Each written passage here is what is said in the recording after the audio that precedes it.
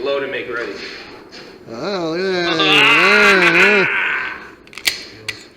Obviously this is clear, or if I shoot something I wouldn't upload this video, so I don't know why anyone shows that the gun is clear in a video, because if someone ever wasn't clear, pulled the trigger and shot the floor, they're not going to upload that video. Anyways, so I tried if you shoot and it's not on YouTube, did it even happen? No, I'm not sure. What's up, guys? Back again to do a sort of a initial impressions, initial unboxing of my latest pistol that I bought for myself pretty much for Christmas. It is as you can see on the box here, it's a GIRSAN, but I don't know if you follow the channel at all, but I'm kind of a Beretta 92 fanboy, and this cropped up. I was shopping for some other pistols, this cropped up, and once I saw it, I kind of had to have it. And since you've probably already read the title, I'm just gonna go ahead and go into it. But this is inside of the box. There's not a lot of information on these. These are the EAA imported GIRSAN sort of clone Berettas. You can see they have a lot of different models that they're bringing in. They also have some more traditional Beretta clones, like a compact, some stuff like that. But this one in particular caught my eye because the clones themselves are not going to really interest me. If I'm going to have a Beretta 92, I'm going to get a Beretta 92. But what interested me about this one was this is the Regard 6. And if you look at that profile, it's a little different from about here on. It's a lot different. This is extended out. So there's pretty much no information on these that I saw online. When it showed up, I was like, this is a pretty nice box. It's pretty cool. It's got the little catalog here, which is not even updated for the 6. It's got your lock, your brush, some cutouts for some other stuff that are not being used, like that. But so pretty much everything that's going on in this is happening down in this bottom section, which is the actual pistol. So I ordered this off Gunbroker. It showed up at my local FFL, and when it arrived, I'm going to try and I tried to write down what my initial impressions of this gun were, and we'll talk about them here. Hi guys, before we get into my initial impressions of this GIRSAN 6, if you are here and you are not already subscribed, please go ahead and hit the subscribe button. It's gonna I'm gonna do a couple videos on this gun. I will actually shoot this gun, which you know, too many tabletop reviews and no shooting. Go ahead and subscribe so you can see the tabletop, you can see the initial review, initial impressions, and you'll actually see me shooting this as well. So if you haven't already, go ahead and subscribe to the channel, follow along, and you'll get all the content that I do on this pistol. So this is a GIRSAN Regard 6, I believe. There's some conflicting sort of information out there about what is the actual designation of this. But when I first picked it up, what I think one of my first impressions was that you know, first off, it's a nice looking gun. It's a nice looking pistol.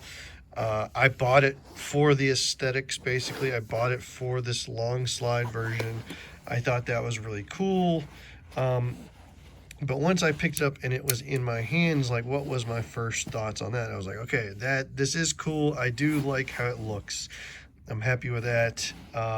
But then I was like, okay, what's going on with this grip? Because it's like not really a Vertec grip, but it's at the same time not the same profile as like your traditional FS, which felt like it comes out a little bit more. And I think it could be that the grips are a little thinner than the 92 or something. But that was my first sort of like picking it up out of the box, like, huh, that feels a little different. Now, from there, I kind of noticed, I was like, okay, one of the things I on this pistol that you'll notice is it's got some oil on it.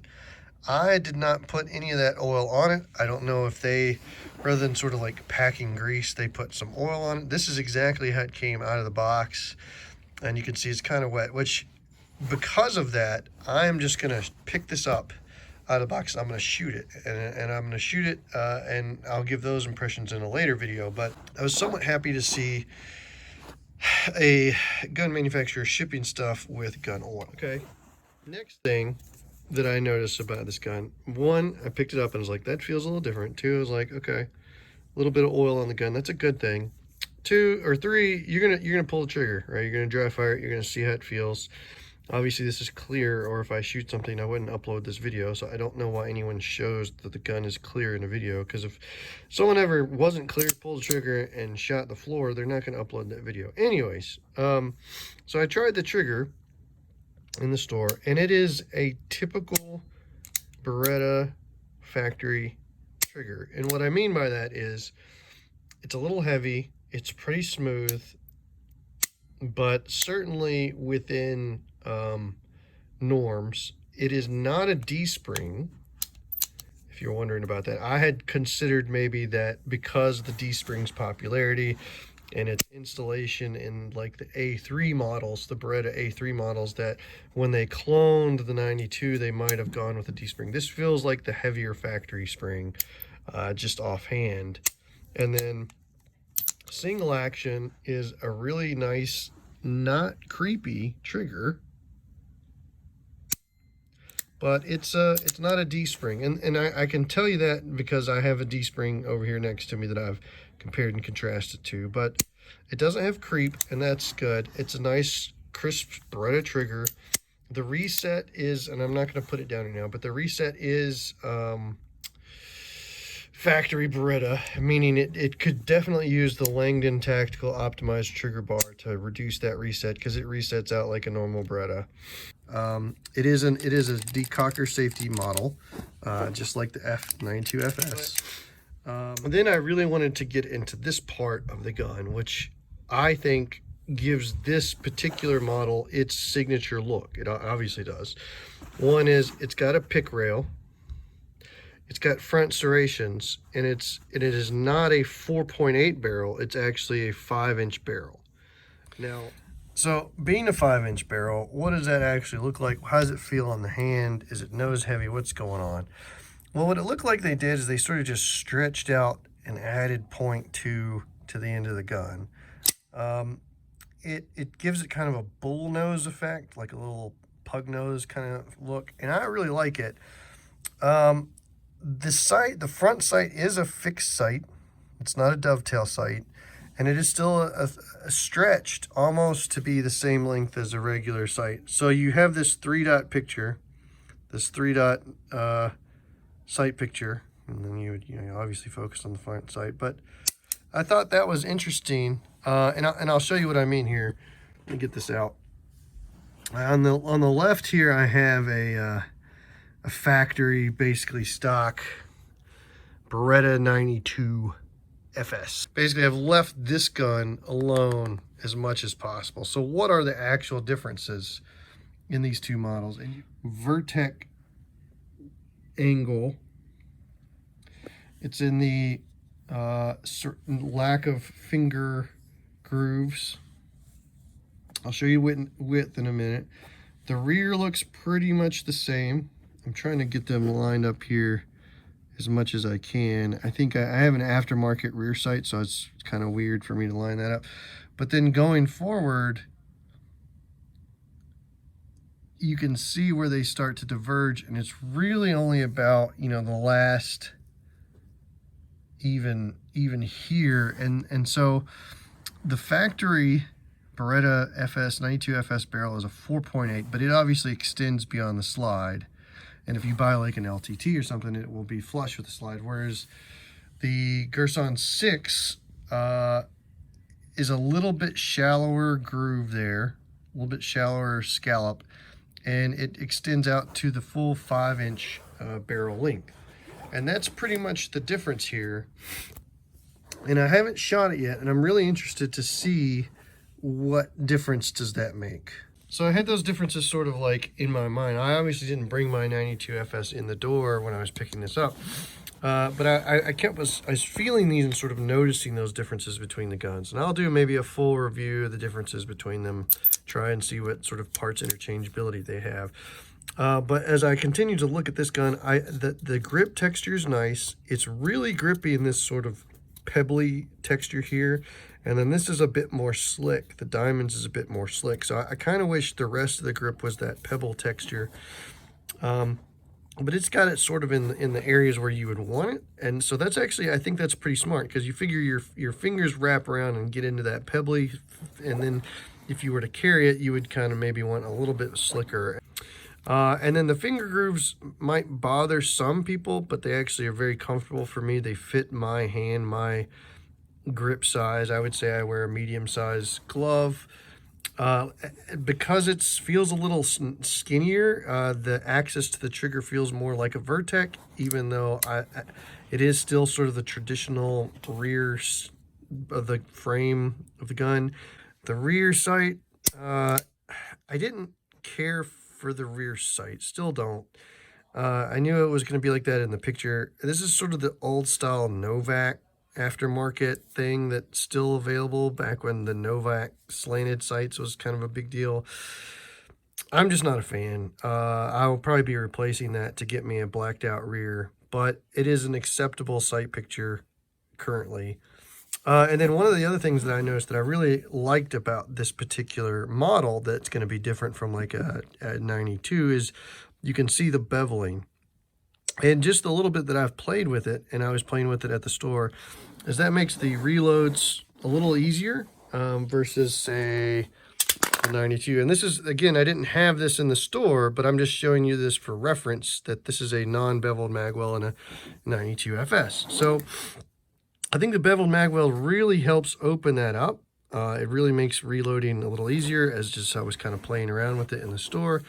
And then they actually include only one magazine, which is a bit annoying, but at the price point I got it for, I don't mind too much. But they include a 18-round Magwell, and it even says here on the front, it says Magwell for GIRSAN, made in Italy. But the 18-round Magwells are what you should be buying for any Beretta 92 series that you have, as long as it's not the heel release S version, because they're just superior. They don't have the really blocky up lips hip here, and they hold 3 more rounds. That's another whole side discussion, but I just want to mention that even though this GIRSAN came with one magazine, it is at least the superior Magwell 18-rounders that, in my opinion, you should be buying for all your guns. So I was very happy about that, is that I would at least not have just kind of a, I'm not going to say worthless 15-rounder one, but a 15-round one that I would have to immediately place. So at least I have 1 mag versus 0 mags, if that kind of makes sense. But yeah, I mean, I just held it in the store. I had a buddy of mine there who is also big into Berettas. He was picking up a gun, and he handled it, and he was pretty, I think, impressed with it as well. I wouldn't, I mean, it's still kind of a 92 FS. But for me, the cool factor of it, just that bull nose, that sort of profile there, I've really got me interested in to see what sort of shooting feel that's going to make when I get it out there at the range. So what I've decided is I'm actually going to shoot this bad boy this week in IDPA. We're doing the IDPA classifier and see what I can do on the 5x5 IDPA classifier. Sort of a out-of-the-box to-match thing with this gun. And just see how it runs. I've not put a single round down this gun, and the reason why I'm willing to do that is, one, because I have full confidence it will run. Hopefully I'm not surprised unpleasantly with unreliability issues. But I think it's based off a really solid design, the 92 series. You see all that oil? I'm wiping off now. It's oiled, so I'm not gonna oil it ahead of time. I'm just gonna literally take it out of the box, shoot the IDPA classifier, and see what happens. Because I'm familiar enough with 92 FSs. Hopefully I do pretty good. And I'll also shoot a couple other stages that we're gonna be running this week too. So that's the heads up. I have not seen these out in the wild. I haven't seen any other reviews on them. So, you know, share this around, guys. Let me know what you think about this gun. I'm going to do a couple of videos on this gun.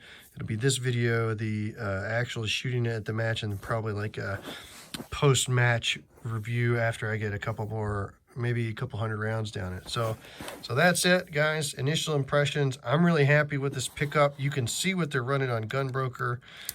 They're in that like $400 range, and that I include the shipping and the out the door $400. So, and if this works out, it could be my home defense gun. So y'all go ahead and subscribe. Let me know what you think about it in the comments. Let me know if you actually like the extended barrel.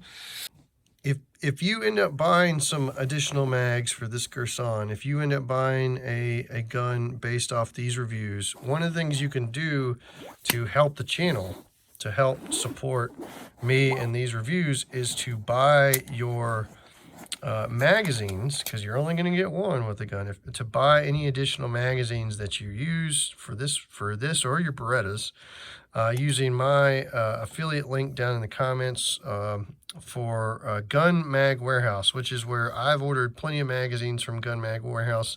I really think they're fast on shipping. They got pretty good prices. They usually have the high capacity METGARs in stock, or some of the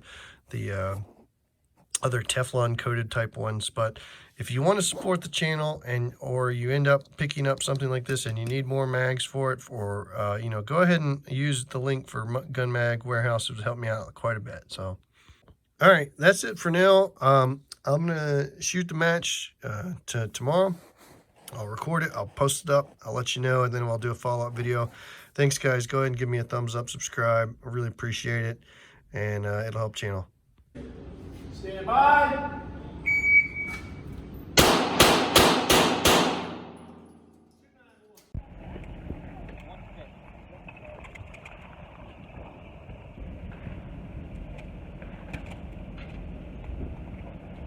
Hey Fred, I'm gonna ride with Barry down here in Virginia.